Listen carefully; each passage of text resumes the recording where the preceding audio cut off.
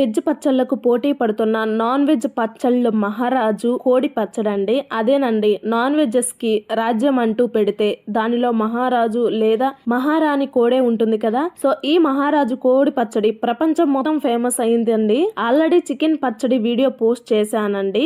ఈ వీడియోలో మరి కాస్త ఇన్ఫర్మేషన్ ఇద్దామని మరోసారి ఈ వీడియో తీయడం జరిగింది. ఏంటి నీకు అదే పనా ఏంటి చికెన్ తినడం అనుకోకండి. అవును, నాకు ఇష్టం చికెన్ పచ్చడి. మీరు టేస్ట్ చేయండి. ఒక రోజులోనే పచ్చడి ఖాళీ చేసేస్తారు, అంత బాగుంటుంది కాబట్టి. సరేలే, వీడియోలోకి వెళ్ళినట్లయితే దానికోసం ముందుగా 2 టేబుల్ స్పూన్ వరకు సన్న ఆవాల్ని, 2 టేబుల్ స్పూన్ వరకు మెంతులు తీసుకొని దోరగా వేయించి అవి పూర్తిగా చల్లారడానికి ఒక ప్లేట్ లో తీసుకొని అదే కడాయిలో ధనియాలను తీసుకొని దోరగా వేయించుకొని ఈ ధనియాలను కూడా పూర్తిగా చల్లారడానికి ఒక ప్లేట్ లో తీసుకొని స్టవ్ మీద సట్టిని పెట్టుకొని దానిలో శుభ్రంగా వాష్ చేసి పెట్టుకున్న కేజీ చికెన్ వరకు తీసుకొని దీనిలో ఉప్పుని, పసుపుని, అల్లం వెల్లుల్లి పేస్ట్ ని కొంచెం కొంచెంగా యాడ్ చేసుకోండి, ఎక్కువ యాడ్ చేయొద్దు. సో ఇది మొత్తం కలిసేలా కలుపుకొని చికెన్ లో నుండి వాటర్ రిలీజ్ అవుతుంది కదా, సో ఆ వాటర్ తోనే చికెన్ అనేది పర్ఫెక్ట్ గా కుక్ అవుతుందండి. సో రిలీజ్ అయిన వాటర్ చికెన్ ని కుక్ అవ్వి చికెన్ లో నుండి వచ్చిన వాటర్ మొత్తం అబ్జర్వ్ అయ్యి పూర్తిగా డ్రై అయ్యేంత వరకు కుక్ చేస్తూ ఉండాలండి. ఈ చికెన్ ఒక సైడ్ కుక్ అవుతూ ఉండగా మరో సైడ్ పూర్తిగా చల్లారిన ఆవాలు, మెంతుల్ని మిక్సీ జార్ లో యాడ్ చేసుకొని పలుకులు లేకుండా స్మూత్ గా గ్రైండ్ చేసుకోవాలి. అలాగే ఇది కూడా గ్రైండ్ చేసిన తర్వాత ధనియాలను కూడా తీసుకొని స్మూత్ గా గ్రైండ్ చేసుకోవాలి. నేను ముందుగానే అల్లం వెల్లుల్లి పేస్ట్ కూడా రెడీ చేసుకున్నాను. ఆల్మోస్ట్ ఇవన్నీ రెడీ అయిన తర్వాత చికెన్ కూడా పర్ఫెక్ట్ గా కుక్ అవుతుంది కదా. చూసారు కదా, వాటర్ మొత్తం అబ్జర్వ్ అయ్యి పర్ఫెక్ట్ గా కుక్ అయిందండి. అయితే నిల్వ పచ్చడి కాబట్టి వాటర్ అబ్జర్వ్ అయ్యి ఉంటుంది కదా, చుక్క కూడా ఉండకూడదండి, పూర్తిగా డ్రై అయిపోవాలి. సో ఇలా కుక్ అయిన చికెన్ ని పక్కన పెట్టుకొని స్టవ్ మీద మరో ఒక కడాయిని పెట్టుకొని దానిలో ఒక 2 కప్స్ వరకు ఆయిల్ ని, వేరుశనగ ఆయిల్ ని యాడ్ చేసుకోండి.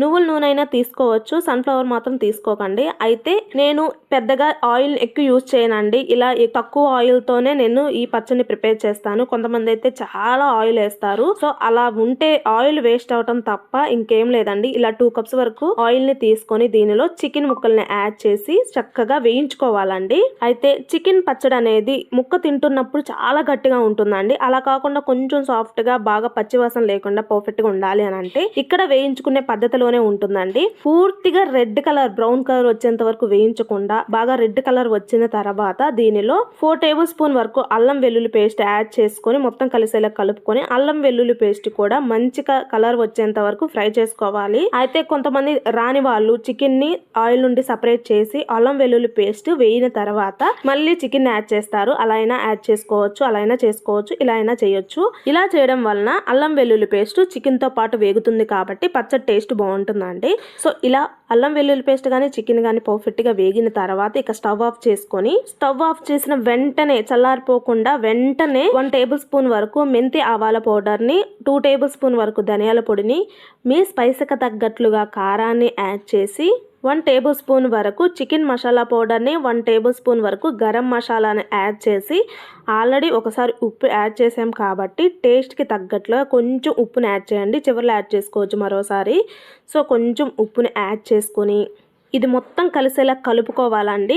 సో ఈ స్టేజ్లోనే వెల్లుల్లి రెమ్మల్ని కూడా యాడ్ చేయాలి, నేను మర్చిపోయానండి. సో తర్వాత యాడ్ చేసినా కానీ పచ్చడి ఎలానో మగ్గిద్ది కాబట్టి ఆ ప్రాసెస్లో వెల్లుల్లి రెమ్మలు కూడా మగ్గుతాయండి. కొంతమంది యాడ్ చేసుకుంటారు, కొంతమంది అసలు వేసుకోరు, అది పూర్తిగా మీ ఆప్షనే.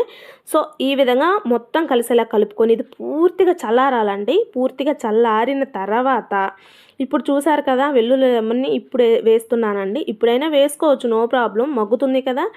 అలాగే ఇప్పుడు బాగా రసం ఉన్న లావు నిమ్మకాయలు అయితే ఒక 4 వరకు తీసుకోండి. లేదు కొంచెం రసం తక్కువ ఉండి కొంచెం సైజ్ తక్కువ ఉన్నవైతే ఒక 6 వరకు నిమ్మకాయలను తీసుకొని నిమ్మ రసాన్ని పిండుకోవాలండి. ఈ చికెన్ పచ్చడి అనేది ఈ నిమ్మ రసంలోనే ఎక్కువ టేస్ట్ ఉంటుందండి. తప్పనిసరిగా మస్ట్ అండ్ షుడ్గా నిమ్మ రసాన్ని యాడ్ చేయాల్సిందే. సో ఇది మొత్తం కలిసేలా కలుపుకొని ఈ విధంగా చేసిన ఈ చికెన్ పచ్చడి అయితే చాలా టేస్టీగా ఉంటుందండి. మీకే కనిపిస్తుంది కదా, ఆయిల్ కూడా చాలా తక్కువనే యూజ్ చేశాను.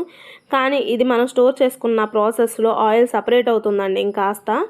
ఈ స్టేజ్లోనే మీకు ఆయిల్ కనిపించింది అనుకోండి, తర్వాత మాత్రం ఆయిల్గానే ఉంటుంది, మీ ఇష్టం. సో ఆయిల్ తగ్గించి యాడ్ చేసుకోండి. సో ఫ్రెండ్స్, ఐ హోప్ ఈ వీడియో మీకు నచ్చిందని అనుకుంటున్నానండి. మీకు క్లియర్గా చెప్పానని అనుకుంటున్నాను. ఇంకాస్త ఏమైనా ఇన్ఫర్మేషన్ తగ్గినట్లయితే కామెంట్ సెక్షన్లో కామెంట్ చేయండి. నా నుండి ఎటువంటి రెసిపీస్ కావాలనుకుంటున్నారో కామెంట్ చేయండి. ఇలాంటి మరెన్నో సూపర్ టేస్టీ రెసిపీస్ కోసం మన ఛానల్ని సబ్స్క్రైబ్ చేసుకోండి. ఈ వీడియో నచ్చినట్లయితే తప్పకుండా లైక్ చేయండి, షేర్ చేయండి.